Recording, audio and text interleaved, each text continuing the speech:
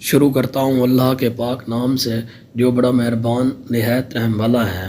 موٹاپے سے نجات ہمارے جسم میں جس طرح دماغ، دل، پھیپھڑے اور آنکھوں کا مضبوط اور چاق و چابند ہونا ضروری ہے، اسی طرح ہماری ہڈیوں کا مضبوط ہونا بھی ضروری ہے، کیونکہ انسانی جسم کا ڈھانچہ ہڈیوں کے سہارے کھڑا ہوا ہے۔ لیکن آج کل جس طرح کی تیز رفتار زندگی ہے، ہم لوگ اپنی ہڈیوں کا بالکل بھی خیال نہیں کرتے اور کھانوں کے معاملے میں صرف ذائقے کو ترجیح دیتے ہیں۔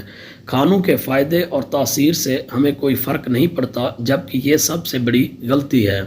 اور پھر ہڈیوں کا معاملہ تو اتنا سنگین ہے کہ زندگی بھر انسان کی اگر ہڈیاں مضبوط ہوتی ہیں تو ہی وہ مختلف کام کر سکتا ہے، ورنہ صرف بستر کی حد تک رہ جاتا ہے۔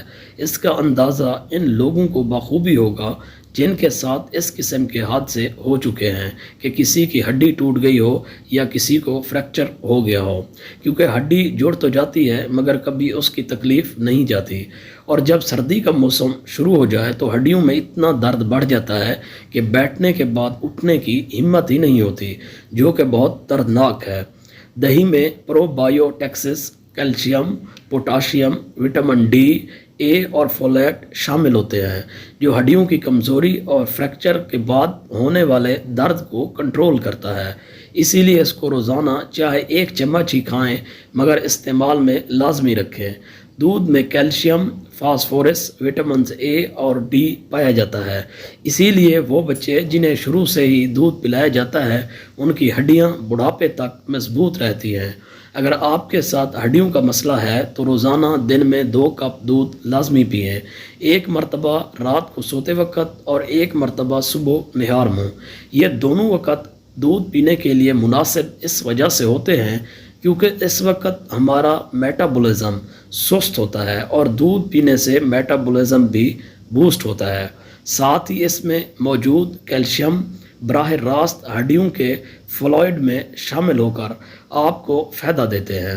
پنیر میں کیلشیم دودھ کے مقابلے دوگنا زیادہ ہوتا ہے۔ اس کے ساتھ اس میں وٹامن اے، B2، زنک اور فاسفورس بھی پایا جاتا ہے، جو ہڈیوں کے کڑکنے کی آوازوں کو کنٹرول کرتا ہے۔